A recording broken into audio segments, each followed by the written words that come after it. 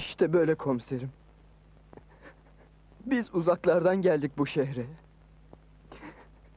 Dağların, toprakların çocuğuyuz. Duru bir su gibi aktık. Ama çirkefe dönüştük.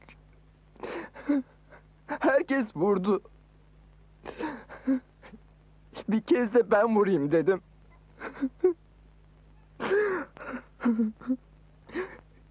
Cezama razıyım. Gördünüz, duydunuz. Bütün hayatını anlattı. Şikayetçi olanlar dilekçelerini verebilir.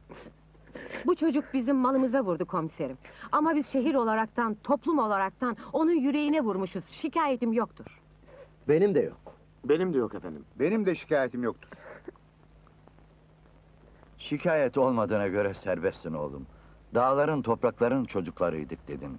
Dön gene oraya. Anacını da al, git koçum.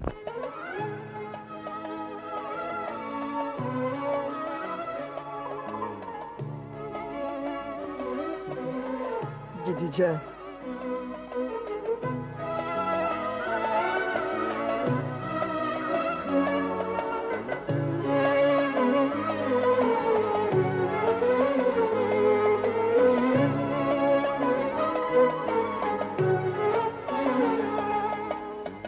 Ümitler insanın tesellisidir.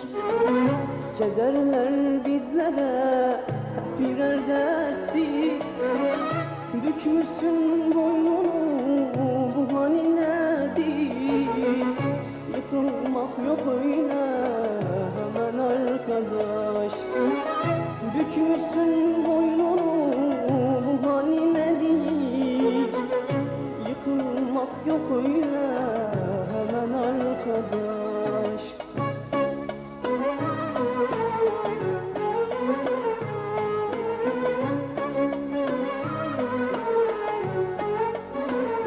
Zeliha!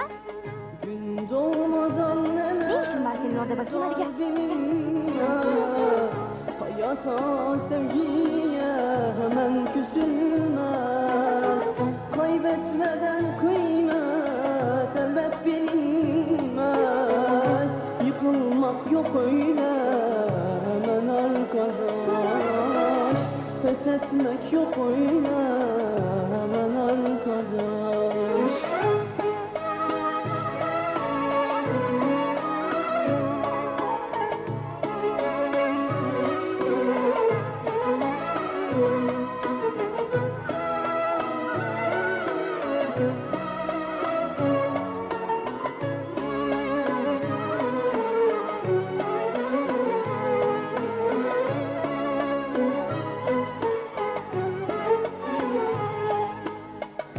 Güneşte kaç kere doğup batıyor. Bazen kara bulut ufku sarıyor. Yaşantımız bazen dertle doluyor. Yıkılmak yok öyle hemen arkadaş.